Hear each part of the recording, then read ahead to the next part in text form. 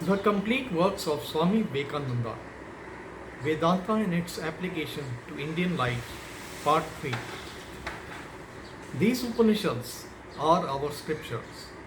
They have been differently explained, and as I have told you already, whenever there is a difference between the Puranika literature and the Vedas, the Puranas must give way. But it is at the same time true that as a practical result, we find ourselves 90% Puranika and 10% Vedika, even if so much as that. And we find the most contradictory usages prevailing in our midst, and also religious opinions prevailing in our society, which scarcely have any authority in the scriptures of the Hindus. And in many cases, we read in the books and we see with astonishment customs of the country that neither have their authority in the Vedas nor in the Smritis or the Puranas, but are simply local. And yet each ignorant villager thinks that if that little custom dies out, he will no more remain a Hindu. In his mind, Vedantism and these little local customs have been indissolubly identified.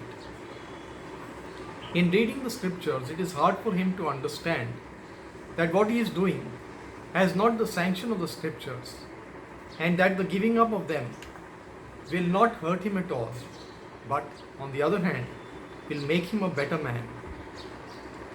Secondly, there is the other difficulty. These scriptures of ours have been very vast. We read in the Mahabhashya of Patanjali, that great philosophical work, that Samveda had 1000 branches. Where are they all? Nobody knows. So with each of the Vedas, the major portion of these books have disappeared, and it is only the minor portion that remain to us. They were all taken charge of by particular families, and either these families died out, or were killed under foreign persecution, or somehow became extinct. And with them, that branch of the learning of the Vedas they took charge of became extinct also. This fact we ought to remember, as it always forms the sheet anchor in the hands of those who want to preach anything new or to defend anything, even against the Vedas. Whenever in India there is a discussion between local custom and the Shrutis, and whenever it is pointed out that the local custom is against the scriptures, the argument that is forwarded is that it is not, that the customs existed in the branch of the Shrutis which have become extinct and so has been a recognized one.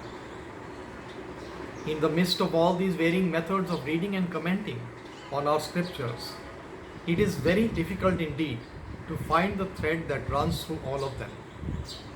For we become convinced at once that there must be some common ground underlying all these varying divisions and subdivisions. There must be harmony, a common plan upon which all these little bits of buildings have been constructed, some basis common to these apparently hopeless mass of confusion which we call our religion. Otherwise, it could not have stood so long. It could not have endured so long.